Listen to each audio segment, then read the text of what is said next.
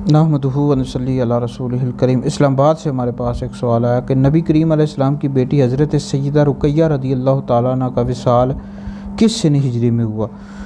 नबी पाक अलैहिस्सलाम की 4 बेटियां थी और हज़रत ज़ैनब रज़ियल्लाहु ताला अन्हा सबसे बड़ी साहबज़ादी थी, फिर हज़रत रुक़ैया रज़ियल्लाहु ताला अन्हा, और आपकी वालदा माजिदा का नाम हज़रत उम्मुल मोमिनीन खदीजतुल कुबरा रज़ियल्लाहु ताला अन्हा है। आपकी जो कुनियत है वो उम्मे अब्दुल्ला है और आप मक्का मुकर्रमा में पैदा हुई। नबी करीम अलैहिस्सलाम के ऐलान नबूवत फरमाने से 7 साल पहले पैदा हुई।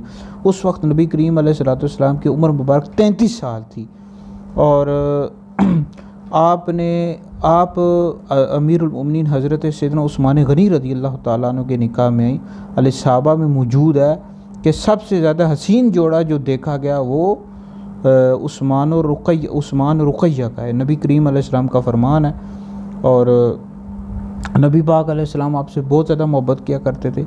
आपने पहले हबशा की तरफ हिजरत फरमाई, फिर मदीना शरीफ की तरफ हिजरत फरमाई और आप हज़रत सैयदा रुक़ैया रज़ियल्लाहु ताला अन्हा जंग बदर के दिनों में बहुत ज़्यादा बीमार थी।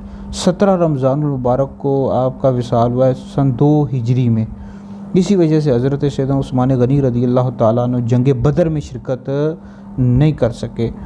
तो आपकी जो कब्र मुबारक है जन्नतुल बकी शरीफ में, आपके एक बेटे भी थे पैदा हुए, उनका नाम था अब्दुल्ला, और वो अपनी वालदा की वफ़ात के बाद 4 सन हिजरी में उनका भी विसाल हो गया।